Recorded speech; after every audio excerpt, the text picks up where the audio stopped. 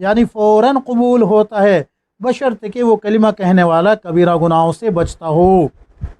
پہلی شرط کیا لگائی؟ بشرط کہ وہ کبیرہ گناہوں سے بچتا ہو قبولیت کے لیے۔ اب اس کا فائدہ بھی سن لیجئے۔ فائدہ اخلاص کے ساتھ کہنا یہ ہے کہ اس میں ریا اور نفاق نہ ہو۔ آج کل لوگوں میں نفاق بہت پایا جا رہا ہے، ریاکاری بہت پائی جا رہی ہے، لہٰذا اس کو سمجھے اور علماء سے تحقیق کرے کہ نفاق کی کتنی قسمیں ہیں، ریاکاری کی کتنی قسمیں ہیں۔ اللہ تبارک و تعالیٰ نے ایک مقام پہ قرآن کریم میں فرمایا ہم ان صلاتہم ساہون، تباہی اور بربادی ہے ان عبادت گزاروں کے لیے جو اپنی عبادتوں سے غفلت برت رہے ہیں۔ کیا مطلب ہے؟ کہ وہ دکھلاوا کرتے ہیں، ریاکاری کرتے ہیں اور نمازوں سے دور ہے، عبادتوں سے دور ہیں وغیرہ وغیرہ، یہ ساری چیزیں اسی میں داخل ہو جاتی ہیں۔ تو اخلاص کے ساتھ کہنا یہ ہے کہ اس میں ریا اور نفاق نہ ہو۔ کبیرہ گناہوں سے بچنے کی شرط جلد قبول ہونے کے لیے ہے، اور اگر کبیرہ گناہوں کے ساتھ بھی کہا جائے تو نفع اس وقت بھی ملتا ہے، نفع سے اس وقت بھی خالی نہیں ہے۔ حدیث نمبر 6، حضرت یعلا بن شداد رضی اللہ عنہ فرماتے ہیں کہ میرے والد حضرت شداد رضی اللہ عنہ نے یہ واقعہ بیان فرمایا، اور حضرت عبادہ رضی اللہ عنہ جو کہ اس وقت موجود تھے اس واقعے کی تصدیق فرمائی کہ ایک مرتبہ ہم لوگ نبی کریم صلی اللہ علیہ وسلم کی خدمت میں حاضر تھے۔ رسول اللہ صلی اللہ علیہ وسلم نے دریافت فرمایا کوئی اجنبی یعنی غیر مسلم تو مجمع میں نہیں ہے؟ ہم نے عرض کیا کوئی نہیں۔ ارشاد فرمایا دروازہ بند کر دو۔ اس کے بعد ارشاد فرمایا ہاتھ اٹھاؤ اور کہو لا الہ الا اللہ، لا الہ الا اللہ۔ ہم نے تھوڑی دیر ہاتھ اٹھائے رکھے اور کلمہ طیبہ پڑھا، پھر آپ صلی اللہ علیہ وسلم نے اپنا ہاتھ نیچے کر لیا، پھر فرمایا الحمدللہ، اے اللہ آپ نے مجھے یہ کلمہ دے کر بھیجا ہے اور اس کلمے کی تبلیغ کا مجھے حکم فرمایا ہے اور اس کلمے پر جنت کا وعدہ فرمایا ہے اور آپ وعدہ خلاف نہیں ہے۔ اس کے بعد رسول اللہ صلی اللہ علیہ وسلم نے ہم سے فرمایا خوش ہو جاؤ، اللہ تعالیٰ نے تمہاری مغفرت فرما دی۔ مسند احمد طبرانی بزار مجمع الزوائد کھول کے دیکھ لیجئے، آپ کو یہ روایت مل جائے گی۔ حدیث نمبر 7، حضرت ابو ذر رضی اللہ عنہ سے روایت ہے کہ نبی کریم صلی اللہ علیہ وسلم نے ارشاد فرمایا جو بندہ لا الہ الا اللہ کہے اور پھر اسی پر اس کی موت آ جائے تو وہ جنت میں ضرور جائے گا۔ میں نے عرض کیا اگرچہ اس نے زنا کیا ہو، اگرچہ اس نے چوری کی ہو؟ آپ صلی اللہ علیہ وسلم نے ارشاد فرمایا ہاں اگرچہ اس نے زنا کیا ہو، اگرچہ اس نے چوری کی ہو۔ میں نے پھر عرض کیا اگرچہ اس نے زنا کیا ہو، اگرچہ اس نے چوری کی ہو؟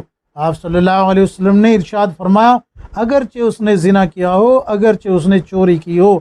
میں نے پھر عرض کیا اگرچہ اس نے زنا کیا ہو، اگرچہ اس نے چوری کی ہو؟ آپ صلی اللہ علیہ وسلم نے پھر ارشاد فرمایا ہاں اگرچہ اس نے زنا کیا ہو، اگرچہ اس نے چوری کی ہو۔ ابو ذر کے الرغم وہ جنت میں ضرور جائے گا۔ سمجھ میں آئی یہ بات؟ فائدہ الرغم عربی زبان کا ایک خاص محاورہ ہے۔ اس کا مطلب یہ ہے کہ تمہیں یہ کام ناگوار بھی ہو اور تم اس کا نہ ہونا بھی چاہتے ہو، تب بھی یہ ہو کر رہے گا۔ حضرت ابو ذر رضی اللہ عنہ کو حیرت تھی کہ اتنے بڑے بڑے گناہوں کے باوجود جنت میں کیسے داخل ہوگا، جبکہ عدل کا تقاضا یہی ہے کہ گناہوں پر سزا دی جائے۔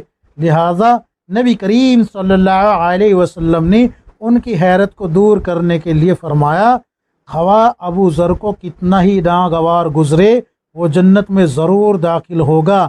اب اگر اس نے گناہ بھی کیے ہوگے تو ایمان کے تقاضے سے وہ توبہ استغفار کر کے گناہ معاف کرا لے گا، یا اللہ تعالیٰ اسے اپنے فضل سے معاف فرما کر بغیر کسی عذاب کے ہی یا گناہوں کی سزا کے بعد بہرحال جنت میں ضرور داخل فرمائیں گے۔ علماء نے لکھا ہے کہ اس حدیث شریف کا مطلب، اس حدیث شریف میں کلمہ لا الہ الا اللہ کہنے سے مراد پورے دین و توحید پر ایمان لانا اور اس کو اختیار کرنا ہے۔ اچھا، یہ روایت بخاری شریف کی ہے، یہ جو روایت ہے نا، اگرچہ اس نے زنا کیا ہو، اگرچہ اس نے چوری کی ہو، یہ بخاری شریف کی روایت ہے، اور یہ جو فائدہ لکھا ہے یہ معارف الحدیث سے لکھا ہے۔ حدیث نمبر 8 بھی سن لیجئے۔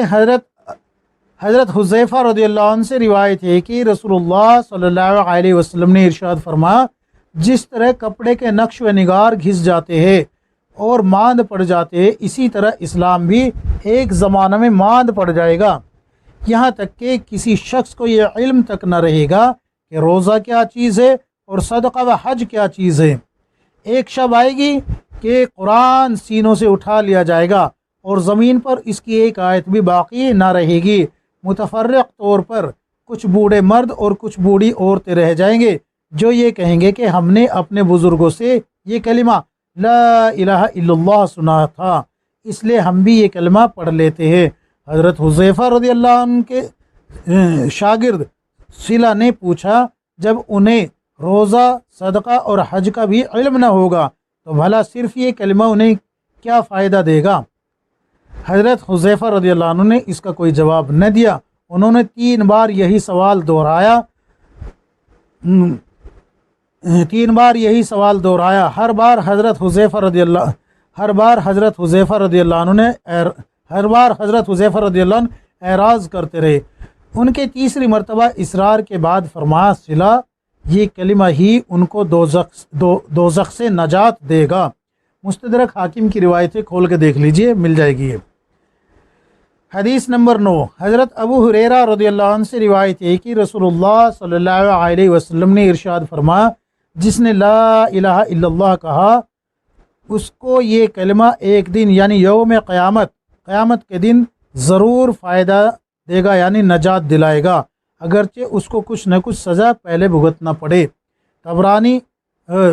طبرانی اور بزار اور ترغیب کی روایتیں کھول کے دیکھ لیجئے۔ حدیث نمبر 10 بھی سن لیجئے۔ حضرت عبداللہ بن عمر رضی اللہ عنہما سے روایت ہے کہ رسول اللہ صلی اللہ علیہ وسلم نے ارشاد فرمایا، تمہیں وہ وصیت نہ بتاؤ جو حضرت نوح علیہ السلام نے اپنے بیٹے کو کی تھی۔ صحابہ رضی اللہ عنہ نے عرض کیا، ضرور بتائے۔ ارشاد فرمایا، حضرت نوح علیہ السلام نے اپنے بیٹے کو وصیت میں فرمایا، میرے بیٹے تم کو 2 کام کرنے کی وصیت کرتا ہوں اور 2 کاموں سے روکتا ہوں۔ ایک تو میں تمہیں لا الہ الا اللہ کہنے کا حکم کرتا ہوں، کیونکہ یہ کلمہ ایک پلڑے میں رکھ دیا جائے اور تمام آسمان و زمین دوسرے پلڑے میں رکھ دیے جائے تو کلمے والا پلڑا جھک جائے گا، اور اگر تمام آسمان و زمین کا ایک گھیرا ہو جائے تو بھی یہ اس گھیرے کو توڑ کر اللہ تعالیٰ تک پہنچ کر رہے گا۔ دوسری چیز جس کا حکم دیتا ہوں وہ سبحان اللہ العظیم و بحمدہ کا پڑھنا ہے، کیونکہ یہ تمام مخلوق کی عبادت ہے اور اسی کی برکت سے مخلوقات کو روزی دی جاتی ہے۔ اور میں تم کو 2 باتوں سے روکتا ہوں، شرک سے اور تکبر سے، کیونکہ یہ دونوں برائیاں بندے کو اللہ تعالیٰ سے دور کر دیتی ہے۔ اس آخری حدیث میں بزار مجمع الزوائد کی روایت ہے، لیکن اس آخری حدیث میں ایک بات جو ہے وہ یہ ہے کہ ایک تو تکبر نہیں کرنا، دوسرا اللہ کے ساتھ کسی کو شریک نہیں کرنا۔ سمجھ میں آ رہی؟ اور ایک اہم بات، یہ جو کہتے ہیں نا رزق میں برکت نہیں ہو رہی، تو اس میں موجود ہے سبحان اللہ العظیم و بحمدہ پڑھے، یا پھر یہ پڑھے سبحان اللہ و بحمدہ سبحان اللہ العظیم، یہ بھی روایتوں میں آتا ہے۔ تو یہ پڑھا کرے، فجر کی سنت پڑھ کے، فرض نماز پڑھنے سے پہلے اس کو پڑھے، فجر کی سنتوں کے بعد فرض سے پہلے 1 تسبیح مکمل پڑھے، اللہ تبارک و تعالیٰ آپ کے رزق کو کشادہ کر دے گے، اور اللہ رب العزت آپ کو جو ہے ایسی جگہ سے رزق عطا فرمائیں گے کہ آپ کو گمان بھی نہیں ہوگا۔ یاد رکھے، کسی کے باندھنے سے رزق نہیں بنتا۔ کوئی کہے کہ بھئی رزق جو ہے کسی نے بندھوا دیا، آپ کا کاروبار بندھوا دیا، یہ عاملوں کی بکواس ہے، نیری بکواس ہے یہ۔ اگر وہ آپ کو ایسا نہیں بتائیں گے تو ان کے خود کے کاروبار بندھے ہوئے ملے گے آپ کو۔ سمجھ میں آگے؟ قرآن کریم جب آپ کھول کے دیکھیں گے اس میں اللہ تبارک و تعالیٰ نے صاف لفظوں میں فرمایا، وَتَرْزُقُ مَن تَشَاءُ بِغَيْرِ حساب، میں جس کو چاہتا ہوں بے حساب رزق عطا فرماتا ہوں۔ اور سب سے بہترین رزق کے حصول کی جو دعا ہے وہ ہے استغفار. استغفار زیادہ سے زیادہ کرے، اللہ تبارک و تعالی رزق کی تنگی کو دور فرما دے گا.